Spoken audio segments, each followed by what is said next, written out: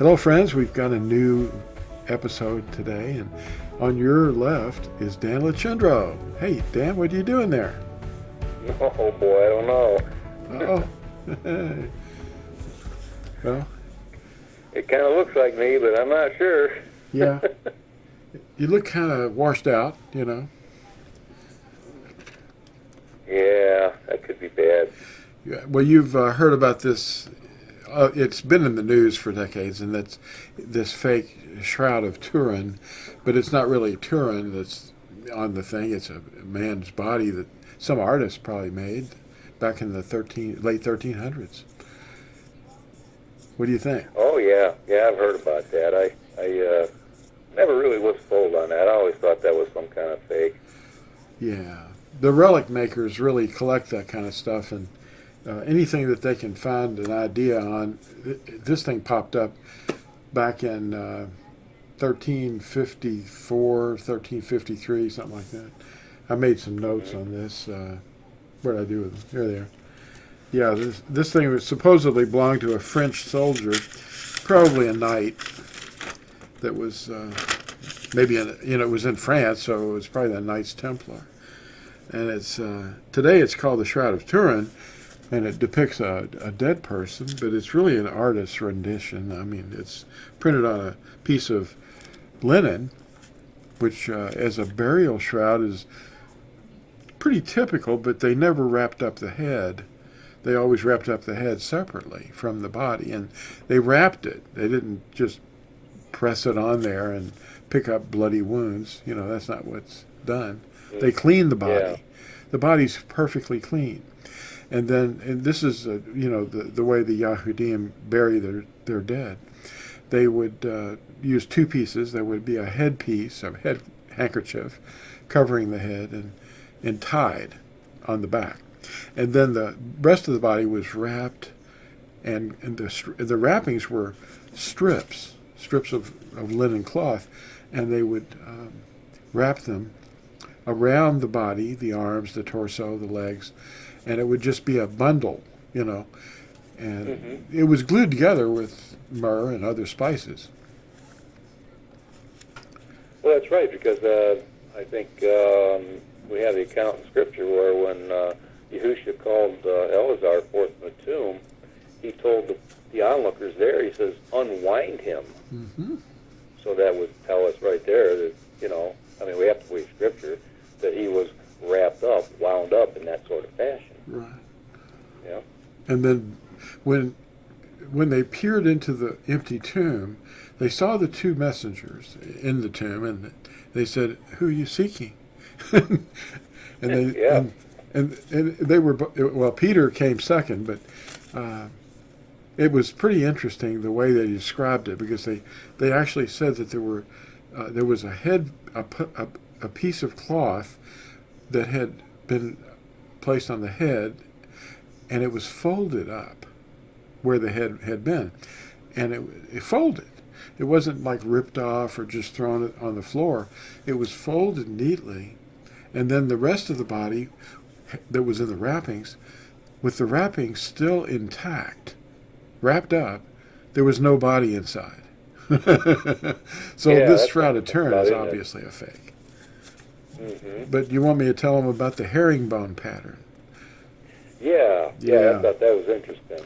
I've got a quote from an encyclopedia here. A researcher wrote this around the year 2000. Let me see if I can find that. The Shroud of Turin is a hoax. Now, this is what he was saying. There are no examples of herringbone weave known from the period of Yahusha at all. Not in a weave. It was all basically the simple, plain weave. Here's what Wikipedia mentions. This is quote, burial cloths from the era are made using plain weave. At Jerusalem, a tomb believed to have belonged to a Jewish high priest or a member of the aristocracy was found, and the shroud was composed of a simple two-way weave.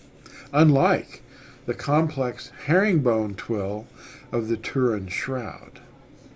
Based on this discovery, the researchers concluded that the Turin shroud did not originate from Yahusha's era Jerusalem, unquote. Of course, they used the J-E-S-U-S spelling.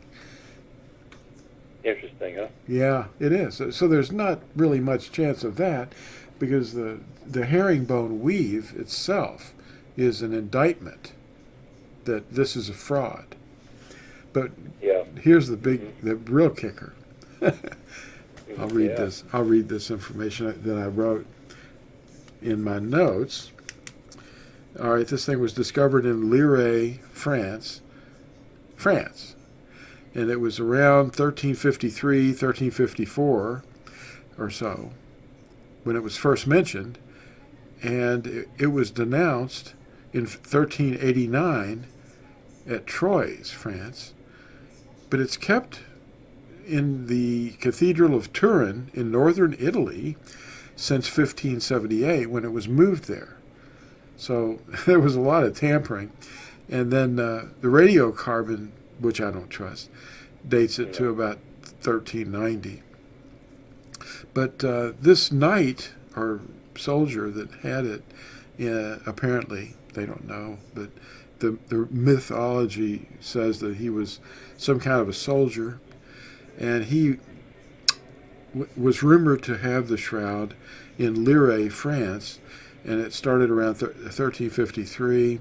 Anyway, he died in a battle of Poitiers in 1356, 3 years after the report came out that there was an existing shroud with a man's body wrapped up, imprinted on it. But here's the thing: you don't have a bloody body to wrap up a shroud. They bathed the body, they cleaned him, and there wouldn't be any. He wouldn't continue to bleed, like Well, this thing.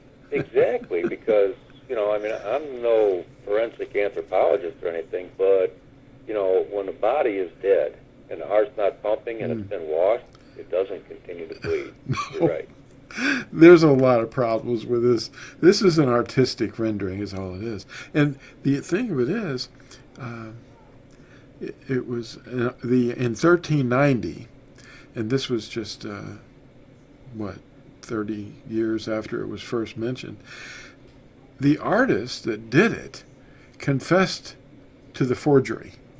Okay, I mean, what was he doing that for? Right. Because he saw something happen and he said, wait a minute, let's not get carried away. I'll be guilty of something, and back then people really did have a conscience, So Yep. anyway, that French knight that had it died 3 years later. And then anyway, in 1578, it was transferred to Turin, Italy, in northern Italy, to a cathedral, and it was in 1578.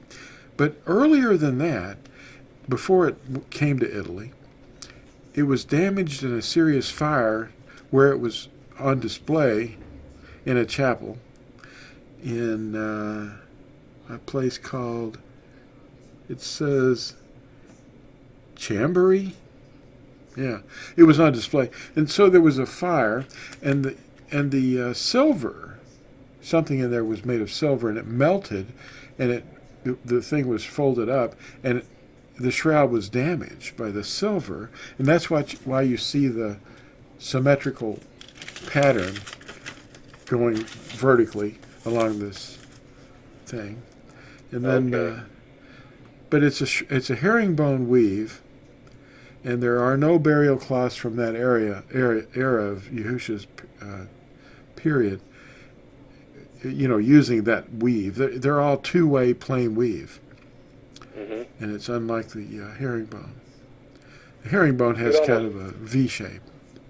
Yeah, you would almost think that it would take some sort of a machine to make that. Oh, it would, yeah. Something that Because somebody to invented. try to do that by hand would be, I don't know. I don't think you could do that by hand. So people need to stop believing in that stuff. But millions of people go to see it in Turin every I don't know how often, it's probably a real good moneymaker, you know. Well, tourist trap, yeah. Tourists. Yeah. Remember when? That's like when they go to visit the supposed they call it the Holy Land over in Jerusalem, and they're walking on the same streets that Yahusha walked on, and where he carried his Yeah. stake, the pole, Yeah. all that. I mean, how many people realize that the original streets were probably 10 feet or more below what they're actually walking on, maybe even in a different place, because because Yeah. the earth has changed since then. Yeah, there's been houses built and torn down repeatedly Oh yeah. over a period of decades. I mean, it happens here in our time.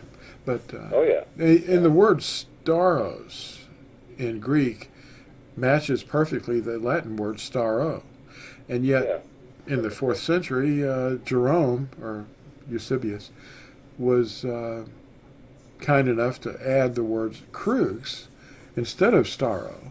And the staro is, of course, the root word is, an upright pole, like you see the root for the beam in the word mast. The st is the root. Staro. And then you've got stockade, mast, stake, staff. It just means one piece of wood. And what was his name? Ethelberg Bullinger. Ethelbert W. Bullinger, There you go. companion BIBLE. Yeah, he said that in his annotations that was a mistake. That crux is not the word. It's one piece of wood. Do you think there was an agenda? You think? I think it was reported that Constantine's mother, his mother, went to Jerusalem and found and dug up the old rugged crux, and it was a crux. Wow. And then they've got little chunks of it, little splinters, and they're inside the altar slabs of every Roman Catholic circus building, and along with other relics and dead people and stuff, parts of bodies, in there, in the altar, and the priest kisses these things, and there's enough crosswood, so-called crosswood, air quotes, to fill 20 railroad cars around the world if you were to collect it all in one place. And any person with half a brain's got to ask, how did Yahusha pick up a cross that was that big and heavy? Oh, it would be 20 railroad cars worth of wood. It's just wrong. I mean, it might be because somebody made some relics up and did something. that could be. Yeah. Well, tell them about the crying statues. Or any number of other weird things. They've got this one nun propped up in her costume, and her face is rotted away, and she's on display behind glass. Yeah, I've seen them pictures of that. Yeah. Well, people are, they're very quick to believe a lie, but the truth seems really strange to them. Yeah. And it's like they run away from it. Well, you need to be skeptical. Well, you have to be, and again, it's like the group of people back in Yahusha's time, the Bereans. They listened to a lot of different things, but they checked everything against Scripture to make sure if it was true or not. Because, if a prophet comes in his own name, okay, people are going to believe him and follow. But but Yahusha came in his Father's name, and they rejected him. It's like, that's just. Yeah, people are pretty quick to believe lies. Yeah. But people need to watch out for what they hear on the internet, and that thing that they've done recently by making a three-dimensional statue figure of a person that's bent over as if they had been hanging from some kind of a beam. But you see, that's just it. You've got to understand, rigor mortis sets in, and this crouched, hanging figure wouldn't remain that way, although they would, flatten him out because his arms were bent over and crossed over in front of him. So it would be inconceivable that they would wrap him up in the same tilted form that he would be on if he were hanging from a crux. In other words, all of this is, according to a pattern and a plan, so that it'll fool the simple-minded and say, look, he's bent over like he was hanging. Well, his arms aren't out like you show him. They were up over his head probably, or but crossed over. But and a person doesn't continue to bleed after they've been washed and wrapped up. No, that's just The whole story is just, every part of it is a lie. Well, that rates right up there, along the same story of people seeing Mary on toast. Yeah. I've got a picture of no, it's an actual scorpion that's on toast. No, it's not on toast. It's under some kind of a little paperweight that's made out of plastic. I'm not touching it. It's a dead animal. Oh yeah. I'm showing it to dirty you. animal. Yeah. Oh yeah, very. Unclean. Oh yeah, you can't touch these things. But the plastic is keeping it in place. But it is actually a pretty good sized scorpion. And it's in a paperweight. I've had it, I don't know, as long as I remember. I'm 71 and a half. No, I'm almost 72. A few more months, yeah. Wow. So it just keeps on getting weirder, doesn't it? Yeah, it does. Just when you think you've heard it all, it's like, oh boy, here comes something else down the pike. Yeah, here it comes. But here's the scary thing is nowadays is we live in the age of technology, and basically anything's possible. I mean, look at the technology that the military has. Project Bluebeam. They can project a holographic image in the clouds. There's Miriam. Up there telling all the Catholics to pray to her, and she'll intervene to her son for them, and get time off out of the burning place, and all this other nonsense. Yeah. But the poor people believe this stuff because they don't read Scripture. Yeah. Once you've read Scripture, then you get the right picture in your mind, and then they come along and tell you these weird lies, and they don't know Scripture because they can't get that in their head. They just have the ideas of tradition, and it all collapses into a house of cards. Yeah. I mean, for a simple-minded person, you could say, well, just think of Scripture like the little dog Toto on The Wizard of Oz, and he grabs that curtain by the corner and just pulls it back and reveals who the wizard really is behind the curtain, yanking all the levers. Yeah. It's all the smoke and mirrors and stuff. Yeah. Well, any other details that you can glean? You just picked up that magazine from your wife, and you said that... Yeah, I just happened to look at it, and it had the same thing in there that you brought up today, and I thought that was really interesting. Yeah. I think Yahusha put that in our minds to maybe bring that up. So she just brought it home this week, and it popped in my head this morning in the shower. And I'm just... It came home yesterday probably about 5 o'clock. Oh, amazing. 4:30. It's amazing. And we do this once a month. We didn't even know we were going to talk about this. So that tells you. I had no idea what we were going to talk about. I had, I get some papers here, from other sources, and, I had a paper here that I had for quite a while, and we'll probably get close to, we're being out of time here. We don't want to go overboard too much, but it was really interesting to talk about that, though. I think it hopefully will benefit some people out there that maybe weren't sure about this. Yeah. It's kind of like the Hyksos hoax that was going on about the name, Yeah. A while back. And found out that, that's on the internet, and just because it's on the internet doesn't mean it's true. I mean, so you got to really be skeptical and be careful, and be careful how you listen to people, too. That's very important. The first to state his case seems right. Until another comes and questions his conclusions. Well, thank you all for watching, and thank you, Dan. It was really interesting this happened, and we don't believe in coincidences. Oh, no. No. Nope. So you all stay tuned for the next one. We'll see you next time. Bye.